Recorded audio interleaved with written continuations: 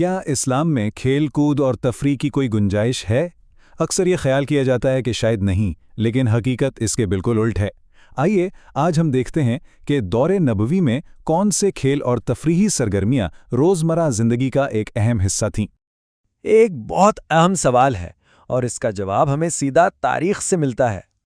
और जवाब है जी हाँ, बिल्कुल। दौरे नबवी में बहुत से खेलों और तफरीही सरगर्मियों की ना सिर्फ इजाज़त थी बल्कि उनकी हौसला अफजाई भी की जाती थी, ख़ास तौर पर वो सरगर्मियाँ जो कुछ तामीरी और फ़ायदामंद हों। तो आज हम दौरे नबवी में राइज खेल कूद और तफरीह का जायजा लेंगे और देखेंगे कि किन सरगर्मियों को अच्छा समझा जाता था और किन से मना किया गया। चलें, सबसे पहले बात करते हैं दौड़ और मुकाबलों की। ये उस दौर की सबसे आम और पसंदीदा सरगर्मियों में से एक थी।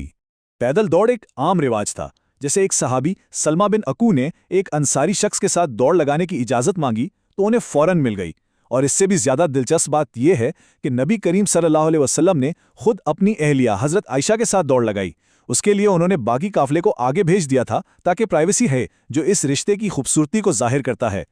घुड़दौड़ सिर्फ एक खेल नहीं था बल्कि एक बाकायदा मुनज़्ज़म सरगर्मी थी। तरबियत याफ्ता घोड़ों के लिए, जिन्हें ममजूर कहते थे, तकरीबन 6 से 7 मील का लंबा रास्ता होता था, जबकि जो घोड़े तरबियत याफ्ता नहीं थे उनके लिए तकरीबन 1 मील का छोटा रास्ता होता था। ये तफसीलात बताती हैं कि इस खेल को कितनी संजीदगी से लिया जाता था।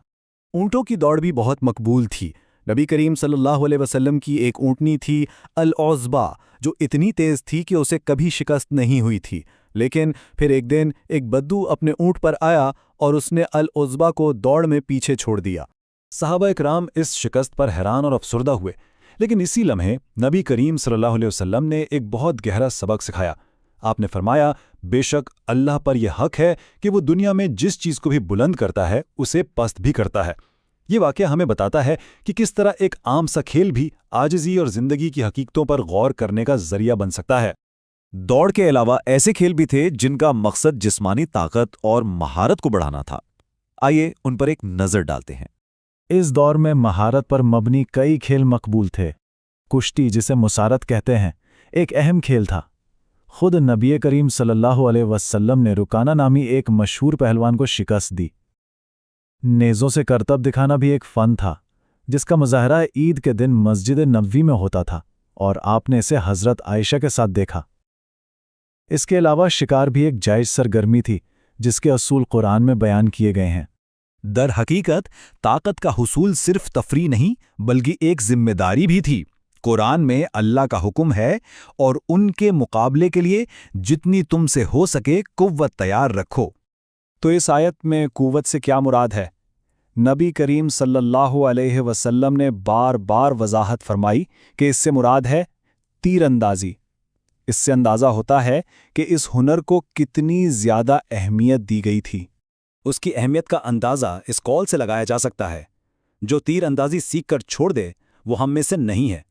ये सिर्फ एक हुनर सीखने की बात नहीं थी बल्कि उसे कायम रखने का एक अज़्म था।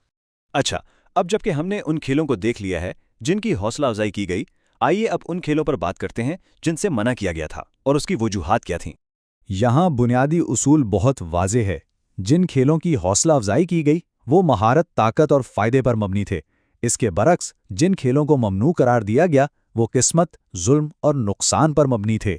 ममनू खेलों की पहली मिसाल नर्दशीर है, जो कि एक पुराना फ़ारसी खेल था जो आज के बैकगैमन से मिलता जुलता था। यह खेल मुकम्मल तौर पर किस्मत पर मुनहसिर था और इसमें महारत का कोई अमल दखल नहीं था। इस खेल की मुमानियत की शिद्दत का अंदाज़ा इस हदीस से होता है। नबी करीम सल्लल्लाहु अलैहि वसल्लम ने फरमाया, जो शख्स नर्द शेर खेलता है गोया उसने अपना हाथ खंजीर के गोश्त और खून में डुबो दिया है। ये अल्फाज इस खेल से सख्ती से बचने की एक वाज़ेह ताकीद हैं। दीगर ममनुआ सरगर्मियों में जुआ यानी अल-मैसर शामिल था, जिसे कुरान ने शैतानी अमल करार दिया।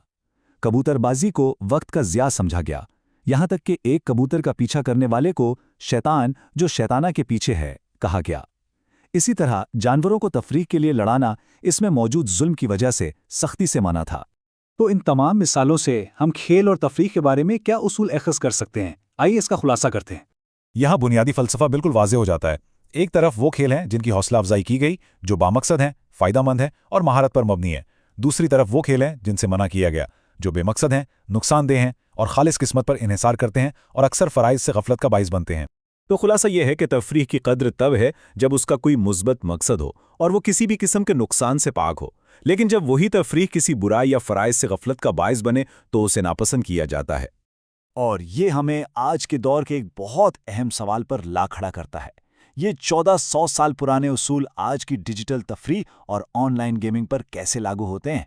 ये एक ऐसा सवाल है जिस पर हम सबको गौर करने की ज़रूरत है।